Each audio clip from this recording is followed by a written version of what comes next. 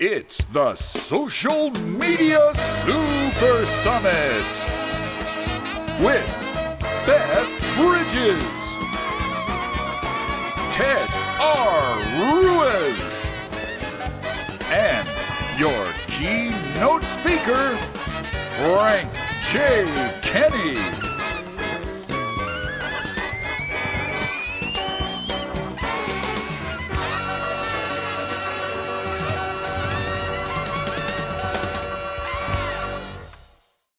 Would you please welcome Frank Kenny, our keynote speaker today. Thank you very much. Thank you so much. Good morning, everybody. How is everybody? Great. Good, nice, interactive audience. I like that. So we're just going to jump right into this. And you did, Yvonne, thank you so much for the introduction. You covered almost everything that I asked people to say.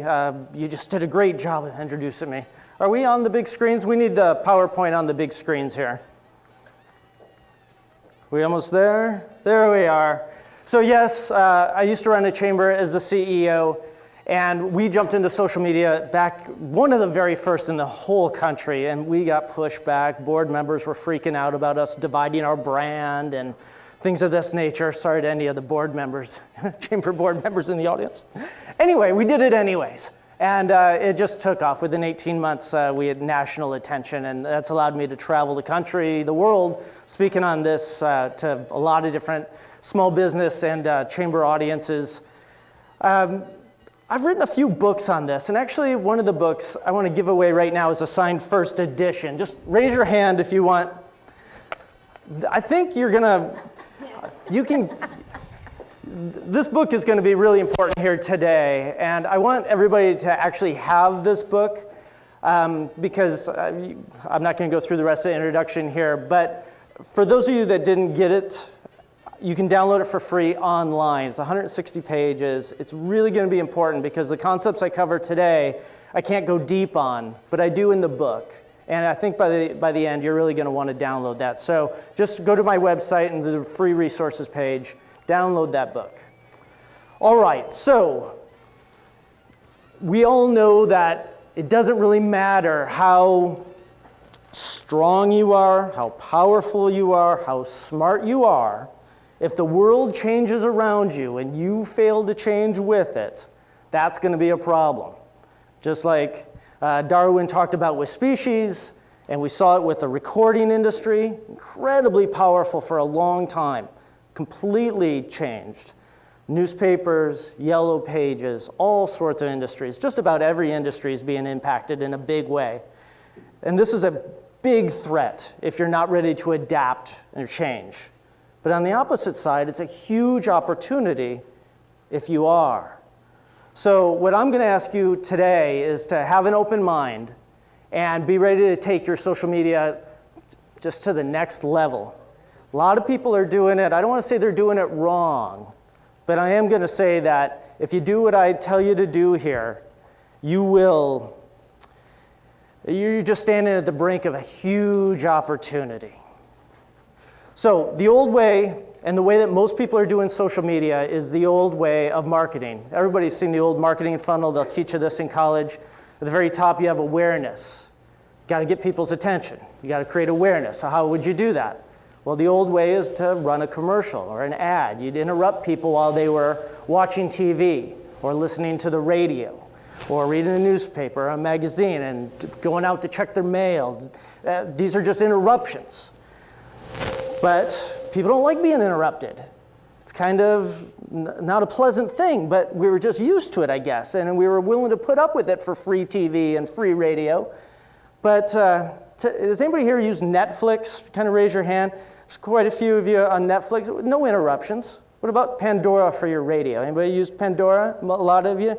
There's podcasts, and I check news constantly. I'm a total news junkie. It's all on the phone. I don't look at any ads when I check news. The world is just a different place. And if you're still thinking about taking your message and getting it in front of people by interrupting them with it, that's just going to be a losing proposition. And then the whole model was based on that. You interrupt them again and again and again, and that was to create awareness, and then to get their interest again and again and again, and to build desire again and again. This takes a big budget. I mean, this is not something that the small businesses exactly had a level playing field with the big businesses. So if you were a big business, this was just fine. You know, they had the budget to do it. It worked. If you're a small business, it just wasn't fair. But now the world's being flipped upside down. We have the advantage now as a small business because this is going away. Here's just some numbers to share with you. Newspaper Association of America looked at the recent numbers. Print revenues, just negative trend line. Matter of fact, if you look at it adjusted for inflation, back to 1950s, just decimated. That whole model is just not, it's just not adapting. And then if you, this is from the American Marketing Association. If you look at the other ones like radio and trade magazines, television, all of these, they're all being disintermediated, if you will. So it's not just, you know, we all know the newspapers are shrinking and having a hard time, but it's almost all of these. But social media, of course, is not. It's growing in every demographic. So here's the opportunity. You guys know this. Here's something that you might not have considered, though. That old marketing funnel, in a lot of ways, it was more of a meat grinder than a funnel. And by what I mean by that is, a meat grinder is where you put in as much stuff at the top as you can. You force it in, and then you spin the wheel, and then it kicks out the food at the bottom. It grinds through. The old marketing funnel, the old marketing model was basically happy with 1%, 2%, 3% returns. That was considered successful. Interrupt, annoy, bother 97% of people that you're interrupting in order to get a 3% return. It's unfriendly. It's not nice. It was wrong. We're going to look back at this time as like our kids and grandkids are going to say like, are you kidding me? They interrupted, they bothered, you turn on the radio station, you want to listen to music, and instead of hearing the music, you hear a commercial, so you switch to a different radio station, and they're also on commercial. So I mean, it's part of the culture, and I guess we're okay with it. But really, it was more of a grinder, a meat grinder. The world is changing so radically that I think when they look back at that time, they're just going to shake their heads and think that that's nuts. But the problem is, most people doing social media marketing are just taking what we did in the 20th century and doing it on social media. I work a lot in the Chamber of Commerce industry, and you'd be amazed at how many chambers or chamber members take a flyer or something that you would have posted on a bulletin board, and they just post it on the social media sites. It does not transfer. You have to adapt. You have to adjust. If you're going to run something, Beth and I were just at a conference, and at this conference they did the 3 best commercials of chambers all across the country. And all 3 of the commercials could have been run on cable TV interrupting people. They were so old school, they were glitzy and they were clean and all this, but all they were doing was interrupting people with their marketing message. That will not work anymore. There's a new marketing funnel. It's totally different, and it's just perfect for small business people. So here's how it works. Here's the new funnel. You still have awareness at the top. You got to break through. People have to become aware of your business, but you do not do what I call social advertising. What you do is you provide value, provide content. You give them things that improve their lives. And at the highest level of this, it's called storytelling. And I'm going to go through and explain all of this kind of step by step as we go. But you'll notice there, it is not just interrupting people with what you want to say. It's about giving your customers and potential customers what they need in order to live better lives. It effectively makes every one of you and your companies media companies. Even if you're an employee of a company, you yourself are a small media company. And it's a very, very powerful concept. But if you implement it, it'll change your lives, and it'll certainly improve your company's bottom line. When I talk about storytelling, a lot of people think that a story has to be this like a book or a movie and things of that nature. Storytelling is a lot of different permutations. It comes in a lot of different ways. Think about what Tom Peters here is. Tom Peters is one of the best management gurus, one of the biggest names in the history of management. And he shares here about how powerful storytelling is. Matthew, can you run this?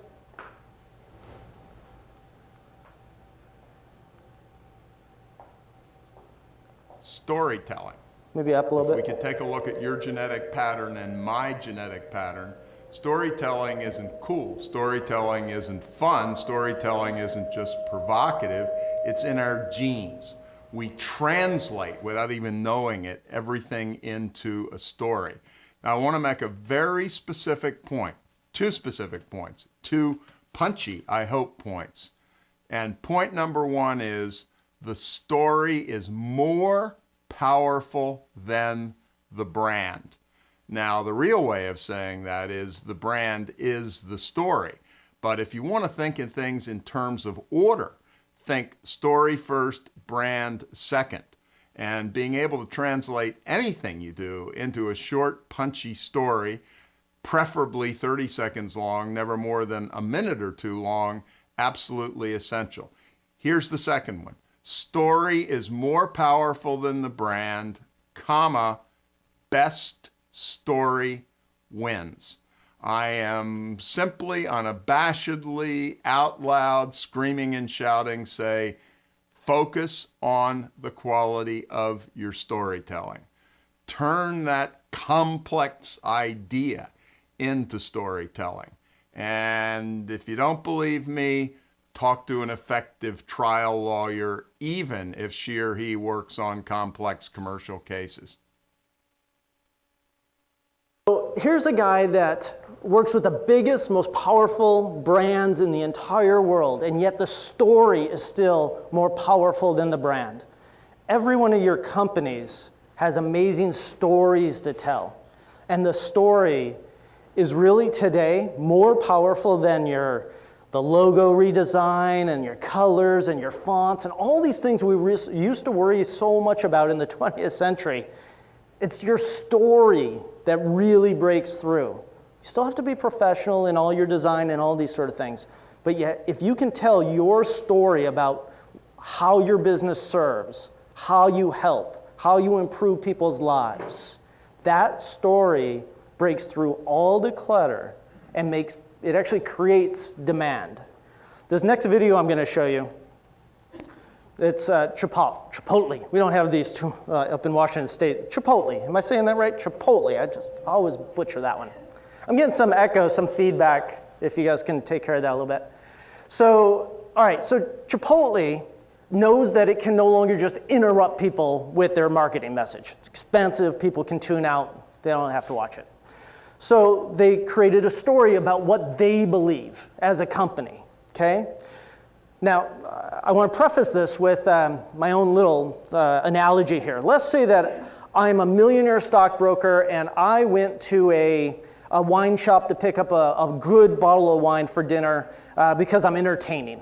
And I go to this wine shop and I'm looking up at the wines, and I'd be looking at the top shelf, and I'd be looking for something that'd be new, impressive, just perfect for the evening. And if I came across something that's 93 in Wine Spectator and it's new, and I would recognize that and I'd say, oh, this is perfect, okay?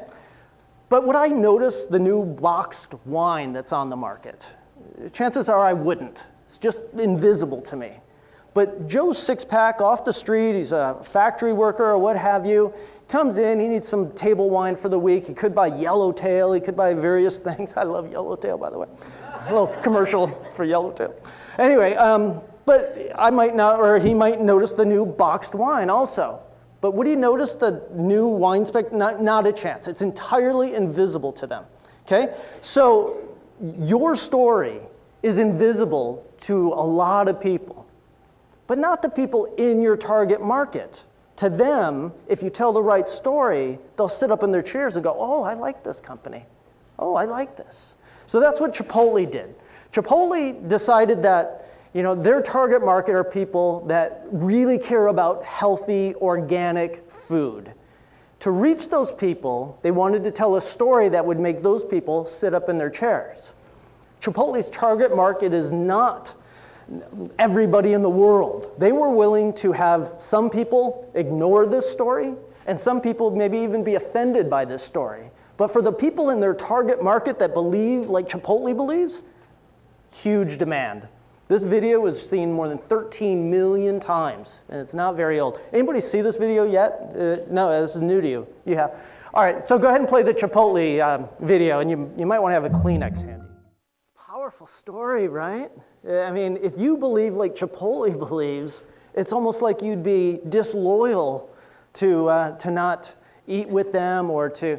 Now, if you're somebody on the other side of the fence and this, you know, I've had people come up afterwards saying, I raise cattle, and let me tell you, that's not how I am. They're not in Chipotle's target market, okay? But for the people that are, that's a motivator. That's powerful stuff. I was talking to LaDonna earlier about her company. She makes leotards and things for people that are in gymnastics and those sort of things. And she was telling me a story about somebody in her world that has special needs, but the industry and her company are supporting them so they can still be involved in gymnastics and things of that nature. Those are powerful stories. If you can share what your company believes with your target market, I mean, because whatever business you're in that business because you're passionate about it, because you want to help, you want to serve, right? So when you tell your stories, it completely breaks through the clutter. Now there's 3 levels to this, because what Chipotle did there, you'd need Ted's help with. That's complicated stuff. Creating a video, a script, sound, all those kind of things. So that's not cheap necessarily, and it's complicated. But 95% of this, you can do your own, in-house. There's 3 levels. The first is just being a content marketer, not a social advertiser, a content marketer. So every day, post to your social media, probably Facebook for 95% of you. I think there's a recruiter in the audience. LinkedIn would probably be your site, but probably Facebook. Maybe something that inspires. Not trying to sell anything. You're just trying to get your story across. I have a friend in Pembroke Pines, Florida. Every day, pretty much, he posts an inspiring message. It's what he believes. It's also what I believe, and so it breaks through the clutter. And now I'm more likely to do business with him.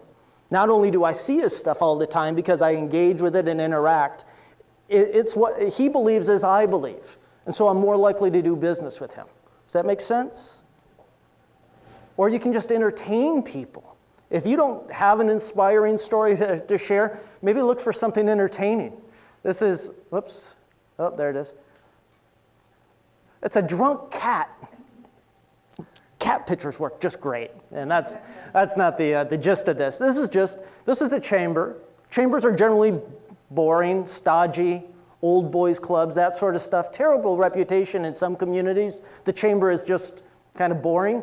Not at Napa, California. They have a drunk cat, empty wine glass, empty bottle, bloodshot eyes most likely. It tells a story. Is this the kind of chamber that maybe is fun, that thinks outside the box, that's not terribly conservative, that knows how to have a good time?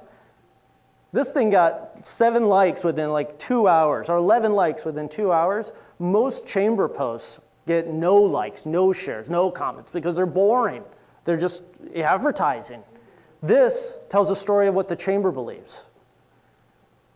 The best thing you can do, which you should do out of these 3 the most often, is educate your target market about your industry, about the different things that go into making leotards and what kind of fabrics are important to use or what to stay away from. This guy, his name's Marcus Sheridan. Marcus was nearly bankrupt. He had a staff of people. They do installations of swimming pools on the East Coast. And the economy turned south bad in 2008. People quit spending 40, 80 grand on swimming pools all of a sudden. He was checking account was empty, week to week to pay his payroll. Had time on his hands.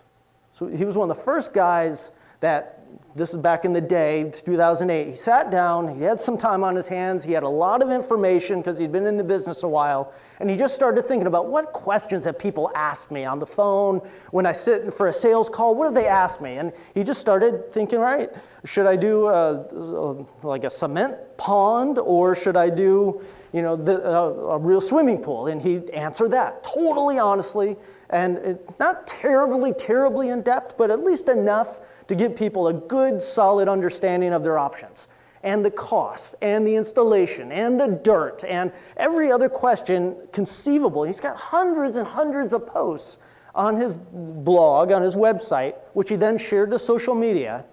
He now has more traffic to his website for swimming pools than any other site in the country, and he makes millions and millions and millions of dollars a year. What he found was people would come to his site, read the stuff, they want to do their own research, because today we don't need salespeople to come out and educate us so much anymore.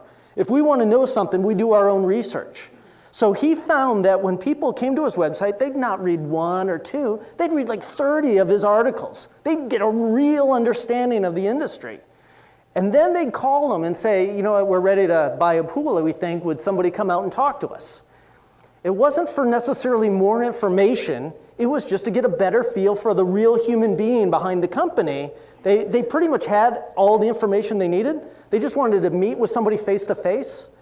It was a revelation to Marcus, because it used to be that he would show up and then have to sell them. He had to educate them and then come back later for the sale. It's an $80,000 sale. You got to go get banking and everything. He'd show up. They'd already done the research. They got the financing, everything. He was closing like 80 or 90% of the deals if they had read like 30 pages on his website, which he was able to track. If you give enough value, if you give enough content, it makes them trust you, makes them like you, they know you know your stuff, and it builds a relationship, it builds a loyalty. They don't almost feel guilty after reading all his stuff and then going with somebody else. They'd at least give him a shot at the deal, okay? So this is 90% or 85% of your social media should be posting things that either inspire people in your target market, so you need to know who these people are, what do they believe, inspire them, entertain them, and you can entertain in a lot of different ways, or educate them. So that's the main part. If you want to take it to a higher level, be a thought leader in your target market, in your industry. And this is where you take a little bit of a risk. If I was a realtor, and most of the time I'd be doing that content marketing stuff, but every once in a while I'd put out something that was, I've been in this business for 30 years and I've dealt with pretty much all the painters that serve this area. But I got to tell you, the only one that I hire now is Corliss Painting, and why that is, and the results, and things of that nature. Now that's being a thought leader. That's taking standing by an opinion that you have and willing to take the slings and arrows for it, because there's other painters that won't be really happy to read that. But your clientele, your people in your target market who would look towards a successful realtor to know, well, that person would know who the best carpenter is, who the best builder is, who's the best person to do a septic system, all those kind of things. They're not, the regular audience isn't an expert, but the realtor would be. And so that's being a thought leader. So think about your industry and the people that would look towards you of, they don't have time to be an expert. They would take, everybody's so busy. Plus, it would just take time, even if they weren't so busy, to become an expert. But if you're already an expert and you start sharing your opinions on things, now it's a little risky. Let me give you an example here. So a friend of mine in Canada, he actually has a green screen kind of like this in his building. They built one for him because he was constantly wanting to be in front of a camera. I think that's really Greg. That's how he is. Anyways, he just gets in front of the green screen and then has an opinion on something. And here it was about the Canadian healthcare system, and it wasn't ragging on him, it was giving praise when praise is due. That's a risky thing to do, but it makes you interesting. It creates awareness. It provides value. So think about your industry on things that, maybe somebody will criticize you about it, but at least you'll stand out and people will know that you're a thought leader. Okay, does that make sense? Maybe 10% of your posts, something like that. And then the highest level is being a storyteller. This is where you grab people emotionally about, if I was a mortgage broker and I was dealing with a client that maybe had lost their home through, what we've just gone through these last several years, and these are good people, but they had lost their home. I get teary just thinking about this. It would affect some people really deeply. They would have a sense of failure. But if I was the mortgage guy that got them into a new mortgage and started to rebuild their life, and they were willing to let me tell their story, well, that's storytelling. And it's best if you let the client tell it. So think about people, if you're a realtor and it's a young couple and it's their first home, imagine that story. Other young couples wanting their first home would be so open to that because it would break through the clutter. Does that make sense? Storytelling is not easy, and you probably need somebody like Ted or somebody that's got some talents on copywriting or videography or things of that nature. And it doesn't have to be video necessarily. It can be just pictures. A picture tells 1,000 words. A picture tells a story. But if you're going to really, if you really want to grab people's heartstrings and have them understand how much you care about your industry and your customers, video is unsurpassed. So I don't want you to think that this is kind of just a fresh kind of idea here. Coca-Cola, one of the largest advertisers in the entire world, has put out 3 videos called Content 2020, and you can look them up. It explains how they are quitting the old interrupt people with marketing message. They are storytellers. And it is just, imagine the shockwaves around the world in the advertising industries when Coke announces, we're pulling all our contracts if you can't switch from interrupting people to telling the story of how Coke serves the third world and women's issues and how we work with schools. Because Coke knows that at the end of those commercials, at the end of those messages, if it hits people, people will go, wow, I like Coca-Cola. And the next time they're in a store, they'll buy Coke over Pepsi. So Coca-Cola now, they're a media company that happens to monetize by selling Coca-Cola. Does anybody recognize this from Felix Baumgartner? Remember when he jumped from space? This was all, I don't know all the background on it, but Red Bull's fingerprints are over every piece of this. This was expensive. Why would Red Bull, that happens to make soft drinks or energy drinks, why would they invest all this money, all time, people? Because it got 35 million views of just this YouTube video of this guy jumping out of this capsule. Red Bull, they're a media company. They tell stories. They just happen to monetize it by selling their drinks. You guys, you're media companies now. If you use social media, if you tell stories, you just happen to monetize your whatever it is you do through your specialty.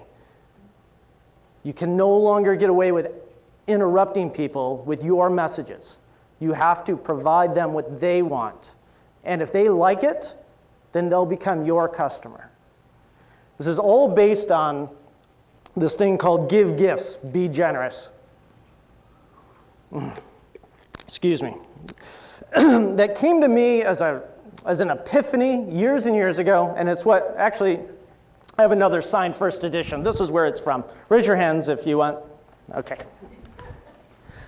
So I'm trying to figure out why is it that some people, some of my chamber members that didn't work very hard, who were never in their office, who just seemed to socialize all day long, every day, and really upset me, why they were incredibly successful. And why a lot of people, including me, that worked really, really, really hard in the office and had a 3-page to-do list that I was so proud of, were struggling. And it was a lightning bolt to me that, this strategy of give gifts, be generous, It's just how the world works. If you give, you get. It's the same thing online. You have to give first before you can get. It's like a networking event. If you show up at a chamber networking event with all your business cards and your 30-second elevator pitch, and you go in there and you talk to as many people as you possibly can to get their business, you'll get none of it because you haven't given first. The world returns givers, okay? And how? It really abundantly returns givers. You've got to give first. And it's the same thing online. This is what this is all built around. I tell a story about, let's say that you went into a Starbucks with a friend from work, and it was your idea, and so you say, you know, I got this one, and you pay the $6, and the two of you share a Starbucks coffee. And a few weeks later, you're at work, and the same two people, and you say, you know, let's go get Starbucks again. You go to Starbucks, and it's $6, and you step back a little bit so the other person can pay because it's their turn, but they kind of got distracted in a conversation or something. Not a big deal. You'll pay the $6. You move along. You enjoy your coffee. A third time, you go to Starbucks with the same person, and you both order, and they say it's $6, and now you're really standing back, right? Because, I mean, you don't want this person mooching off you. You don't want this person feeling guilty like you're taking care of it every time. There's just something in psychology that demands that this person, maybe not after the second one, but certainly after the third one, it's their turn to buy, right? This goes all the way back. The psychologists talk about this back in the caveman days, the sociologists and psychologists, anthropologists. This thing is called reciprocity. In a cave situation, in a tribal situation over millenniums, if my family has been unsuccessful at hunting, and I got kids, and we're sitting around our fire pit, and we got no food, and we're hungry, and right next to us is a family with food, they're probably going to offer, and we're going to gladly accept. And then a few months later, if we have food and they don't, we're going to offer, and they're going to gladly accept. But what if we didn't offer? What if we took their food a couple months earlier, but now we just kind of turn our backs on them? We're not going to get food the next time. It's going to cause friction. Cave dwelling systems, tribal systems, are built around people supporting each other. It's the only way you survive. So the anthropologists discovered that there's in us, in our brains, the obligation to give, okay? There's also an obligation to receive, because if we were to refuse it, that would have been offensive. But finally, we carry an obligation to return it. It carries with us for a long time that we have to return the favor. And it's just, it sits in the back of our brains. And they did a study in the 60s where the Hare Krishnas had started raising a lot more money. They were almost broke, but then they came out of nowhere and all of a sudden they were rich. The scientists studied this, and what they discovered was this happened when the Hare Krishnas discovered the flower. Somebody walking through an airport or a hotel where they were, you'd hand them, the Hare Krishna would hand a flower. If somebody took the flower, they were almost invariably expected to give them the dollar or whatever. Because just taking it and going would have been rude. You could turn it down and then there'd be no obligation. But if you took the flower, you're pretty much obligated to take it. And the researcher that noticed this, that understood the reciprocity, he had to go to the restroom. So he goes to the restroom and found the wastebasket just full of all these poppy seed flowers. So as soon as the obligation was relieved, throw away the flower. It didn't matter to you. What mattered was, it's part of the human condition that if somebody does something nice for you, you look to return the favor. With cowboys, in the old movies, the old westerns, you go to a bar or a tavern or whatever it happens to be, and the cowboy would almost invariably tip his hat and much obliged. I'm obligated to you. It's just part of who we are. Well, it's the same thing online. When you do nice things for people online, when you give gifts, like entertain them, inspire them, provide educational content, anything that improves their lives, there's a little reciprocity built up there. And if you do it consistently, again and again and again, it builds that loyalty. There's something more powerful, though, in psychology than the reciprocity, and it's called consistency. So this is how this works. I'm just going to talk about 2 of the 7 laws here. There's this thing called cognitive dissonance, and this is, we really, really care that people will take us at our word, that we don't get caught in a lie. We have an obsessive desire to be consistent with how we present ourselves to the world, because we don't want to be two-faced. We don't want people, like if I say you have my word on it, that's my bond. That's about the strongest thing I can say. But if somebody won't take me at my word, that's so offensive. And so this is obsessive desire. That's a strong word. Obsessive desire to appear consistent. To give you an example of how this works, there was a study done where a public speaker put out a message to his audience saying, I'm going to do a contest, and what I need for you to do is shoot a 2 to 3 minute video, send it back to me, and this video should just say how I was able to help and serve you.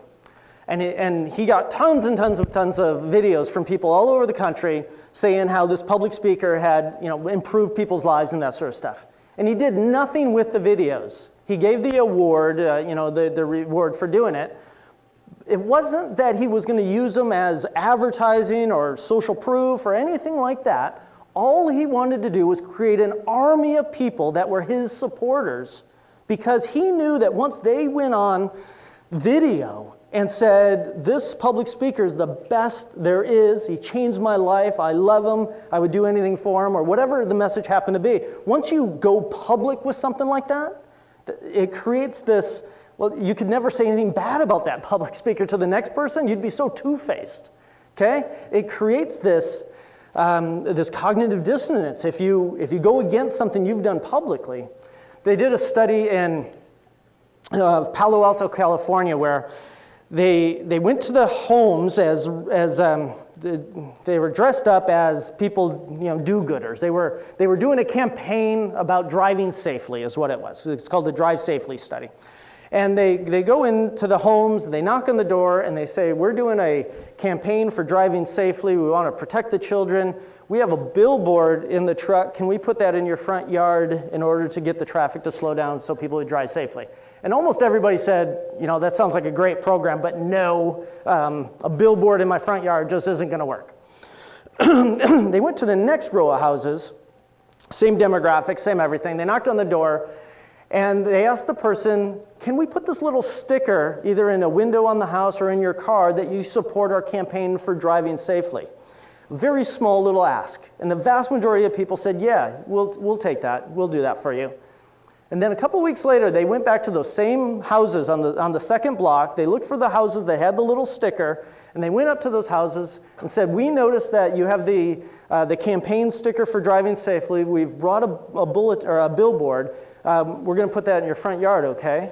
About 70% of people then said yes, because they would have been two-faced. You went public with saying that I support this campaign. If you now say no, it just creates that cognitive dissonance, okay? Very, very powerful.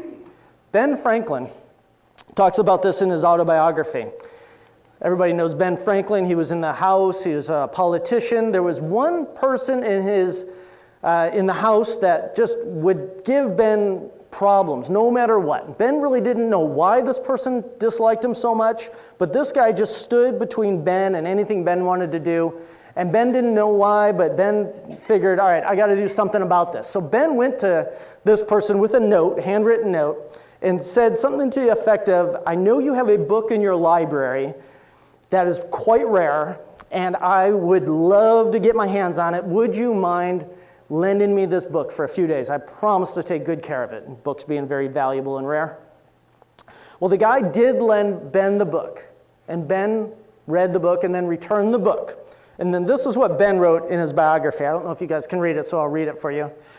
When we next met in the house, he spoke to me, which he had never done before, and with great civility, and he ever after manifested a readiness to serve me on all occasions.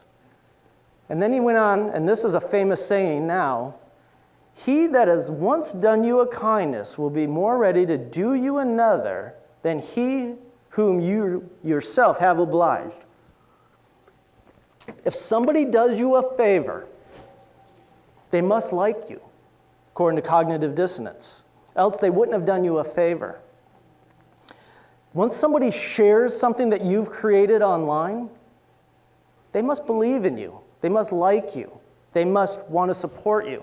If they do it 2, 3, 4, 5 times, pretty much they are locked in as massive supporters of yours. Let me talk to you about how to implement all this. Copy blogger. Everybody here should have a blog, by the way. Your blog is your home base online. You don't just post everything straight to social media. You don't own any of social media, Facebook, Twitter, none of that. You own your blog. It is home base for your content, and from your blog, you share it out. Copy blogger teaches people how to do amazing, amazing blogging. They give away 98% of the content entirely for free. But if you want their premium stuff, they have some software that you might want to purchase, and then they have some classes, and they have a membership site. They make a lot of money. World famous. They give gifts. They're generous. It's amazing what they give away. But once you're committed to them, then they charge a little bit. This is a venture capital company, OpenView. They found that a lot of people would come to them looking for financing for their tech companies, but they really hadn't done the homework. They didn't have all their ducks in a row. So this company started saying, well, rather than us just knowing this, let's just start training these people. Then they started finding that people would bring them deals, really good deals, that normally would have went to the big venture capital companies because OpenView had shared some knowledge with them and built some loyalty and some trust. Anybody see this video from Dollar Shave Club before? It's amazing. It's a fun video. This guy creates this quirky video, costs $4,500, so it's not exactly cheap, but he ends up with 12,000 new customers in 2 days from just a quirky, fun, entertaining, little bit of education, no selling, no self-promotion, but it just goes nuts because it's fun and interesting. I highly recommend you watch it. My PowerPoint will be available, and I have the URL underneath it, but just fun, entertaining, inspiring. Blendtec, anybody ever see the Blender commercials? Blendtec could talk all day long about specifications of how powerful their blender is. Instead, they just show video after video after video of them blending golf balls and iPads and all sorts of just weird things. Millions of views on these videos. It's amazing. Beth Bridges, your own Beth Bridges. Here, she went online to do research on a tickler file, something to keep her prospects in mind so she can reach back out and tickle, right? I mean, it's just to keep your prospects top of mind. So she went out searching, she had a problem. I had a paper one and it got cumbersome. I searched for non-paper suggestions. Well, she found a tool. She didn't just keep it to herself. She turned around and gave a gift. She was generous. She shared it with people. Got likes, comments, shares. Here, Beth Bridges, I'm going to pick on you a bit here for a second, Beth. Anyway, she heard about a job opening. So jobs, Grainville Homes is looking for an e-marketing coordinator. And let me know if you're looking to hire a part-time person with a terrific sales and event marketing background. She knows somebody. This thing, look at this. It's got 21 likes, 10 comments, 6 plus the 4, 10 comments. All of those people got hit for a little bit of reciprocity because Beth just gave a gift. She was generous. And then anybody that commented or engaged in any way, that's consistency. I can see their names. Tara, Marty, Beth, oh, that's what your comment back, Sandy, all the people, all of this creates reciprocity and consistency. If you give enough gifts, if you plant seeds every day, plant a seed, give a gift, inspire, educate, to share, entertain. Beth shoots a lot of videos, and almost every day, Beth, or every few days, it's so easy nowadays, you just sit in front of your computer. I just did a little search on Facebook for Beth's or networking page, hit the video button, popped up all this huge stream of her giving gifts, being generous. You didn't get paid for a single one of those directly, did you? But she's totally connected. Thousands and thousands of people carry this little thing of reciprocity with Beth. I was at a conference a few days ago, and they liked my speech, and they asked me if I knew any females that give these kind of speeches, because they'd had me like 5 times over the years, and they couldn't have me back again, and they were thinking, well, let's find a female to do it. And I gave it to Beth. And I don't know if that deal will come through. I suspect it will. It's reciprocity. I owe Beth so much, and I was just able to relieve a little bit of the obligation there. And now, talk about consistency, I can never say anything bad about Beth. I'm stuck. What time do I need to finish exactly? Did we start right on time? Okay, 10 minutes. All right, so I'm going to run through the rest of the funnel really quick because awareness is the most important thing. Without awareness, you're invisible. So you have awareness. Next step is build a relationship. It's not even in the old funnel. They didn't care. It's a meat grinder. This is built for small business because you really care about people. Keys here are, when you engage, you'll surprise people because they're not used to it. They're going to be like, wow, this is, Beth Bridges just answered me or whatever. And it's like, or LaDonna is the nationally known world, you sell all over the world, right? I'm sure you ship all over the world. If she responds personally to somebody on her site, that's going to freak some people out. I mean, that's very personal. So respond. Build that know, like, and trust. Be ubiquitous. That means you can't just be on Facebook. And I know a lot of people out there say, just do Facebook until you get it down and then maybe move to Twitter. And then after you get that, move to LinkedIn. I totally disagree. I think it's much more like if you move into a community, and let's say you're a stockbroker, and you move into a community, one of the first things you're going to need is clients. So you'll go to the Rotary meeting. And you'll maybe meet a couple people. You won't sell anybody anything, but you'll meet a few people.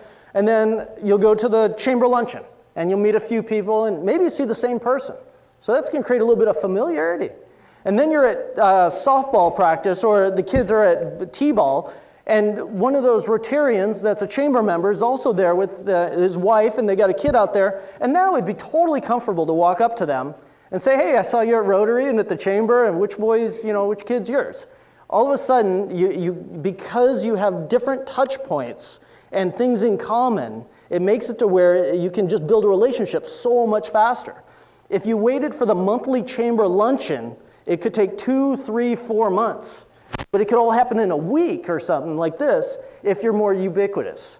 So I'm not saying you got to put in 6 or 8 hours a day, but I am saying you got to put in enough time to where you're on Facebook, and this is just generalities as small business people, Facebook, Twitter, LinkedIn. Like Beth, do some YouTube videos. If you're not using Instagram, you should look at it. It's grown incredibly fast. Pinterest, depending on your target market. Don't just do one of them. It's not enough if you want to do this at the highest level. And the second thing is you have to be mobile today. Steal moments. If you're waiting in line to get your oil changed and you can do some relationship building, share somebody else's posts, do something that engages, steal these minutes. A lot of people get up first thing in the morning. I'm guilty. Before I'm out of bed, I'm on Facebook. It's the last thing I do pretty much before going to bed, pretty much. Anyway. And so anyway, this thing, you have to have our good friend from Canada that neither of us ever met face-to-face, Kim Timboni, our graphic designer, my graphic designer. I think you used her too, I'm not really sure. She does public speakers professionally. Anyway, she was on a flip phone. I'm sorry if anybody here is still on a flip phone. She had that thing for 9 years. She's texting, or she's putting out there, how do I text? The world's changing too fast for that. You have to have a very modern phone if you want to do this at the highest levels. Minor conversions. This is where you celebrate successes. If somebody friends your page or sends you a friend request or follows you or like, that's a conversion. You might want to send them a thank you. Don't try to sell them. Don't be pushy. You can cross the line here and be kind of spammy. You don't want to do that. But consider that a success because these people are interested in what you do. It's flattering. Say thank you, especially if they start to comment and share. You got to get permission to email people. Do giveaways, free videos, things of that nature to where you can trade your free content for their email address, or at least have a subscription button on your website. permission to email is absolutely a conversion because people are not on social media to be sold to. It's like if you go to, somebody says, come on over to our place for coffee, or let's meet for coffee at a restaurant, and so I can talk to you about business and life and that sort of stuff, and you're kind of flattered, and you show up, and all they try to do is sell you some multi-level marketing product or something. I've had this happen several times. It's like I can't get away. It's the same thing with social media. If somebody fans your site or Facebook friends you, and all you do is advertise to them, that's not what they're there for. That's offensive. Don't do that. Give gifts, be generous. And give that social media love. If you see somebody else post something that they're working on their business on a fundraiser or something, and you can share it with your fans, that's very generous. So go out of your way to do nice things for other people. Creates the reciprocity. Chances are they'll thank you for it, and they'll move down your funnel. And that brings you to your full conversions, where they buy your products. People that are deeper into your funnel are just so much more likely to buy than some stranger that you interrupt with advertising. You got to think about this from a digital marketing campaign standpoint. You have organic and you have paid. Billions and billions and billions of dollars that used to be spent on newspapers and things of that nature is starting to come online because it works, because it's cheap, it's very targeted. But you still get organic. So this is how I think of it. I'll use the chamber industry as an example. On the left-hand side is the organic side, and that's where somebody just shows up one day at the chamber and says, I'm here to join.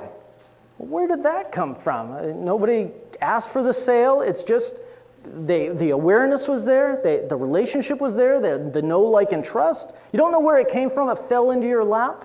You'll get a lot more of that if you're giving gifts, being generous, and relationship building and all this. It's also if you have a sales force. If somebody calls somebody else to cold call them, that's the grinder. That's interrupting somebody that's busy doing something else. But if your salesperson calls somebody and they say, hey, I'm glad you called. I've been meaning to join. Do you want me to drop off a check, or can somebody come by and get it? That's organic. That's what you get if you follow the funnel and you give gifts, be generous. It's just the best way I can say it. But on the right side is is paid, digital marketing. So this is where we're at nowadays. On Facebook, you can upload your email list to Facebook. What they will do is match the social media profiles, the Facebook users, to the email list and create a custom audience for you. That's what they call it, Facebook custom audiences. Then when you create your posts that tell stories or educates or entertains, you don't share it necessarily with the whole world. You share it just with the people that are on your email list, that are your customer base. From a Chamber of Commerce perspective again, we all have an email list, we upload it, and then we serve things that are chamber specific just to those chamber members. It's incredibly cheap, like 6, 8, 20 cents per touch rather than $2 for a pay-per-click type of ad. And it's targeted to where it really is people that we understand that are really in our target market, so the messages, the stories can be very clean. And you can also do this with your website now. They put a little cookie on your website that anybody that visits your website, let's say that you have a website, a shopping cart, and they landed on a shopping cart but they didn't purchase, you can now deliver your Facebook ads just to that person that was on that one website. In the chamber world, again, I keep referencing the chamber world because Beth's standing right there. But anyway, if somebody comes to your, is it Big Hat Days? Big Hat Days. If somebody comes to the Big Hat Days page on the website and they explore it and that sort of stuff, and then a few days later they're on Facebook and here's a post about Big Hat Days, that's much more likely to convert, right? But nobody else would see that post, so you don't have to pay for the advertising or anything. This is where we're at. So look for custom audiences and custom websites on Facebook if you want to take it to the next level. It's easy to do once you've done them several times. All right, I'm going to start wrapping this up here.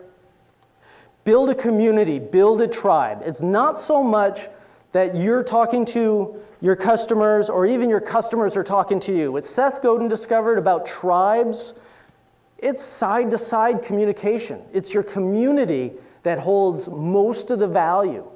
So look for ways in order to post things that generate comments and discussion, and you will find that the people start recognizing each other's names and they get a sense of community. There's very few things more powerful than community online. And if you want to understand this, Seth Godin's book Tribes, it's very short. It's a must read. All right, so let's say you create some content. It immediately differentiates you from the crowd because 90% of people online just lurk. They never create anything. They might comment from time to time. About 8% of people are active on commenting, but only 2% create original content. So by giving gifts, being generous, you stand out immediately.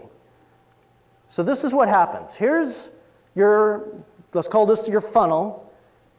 And there's completing the circle, which means it's not just your customers. It's not the grinder. It's people that are still in your funnel.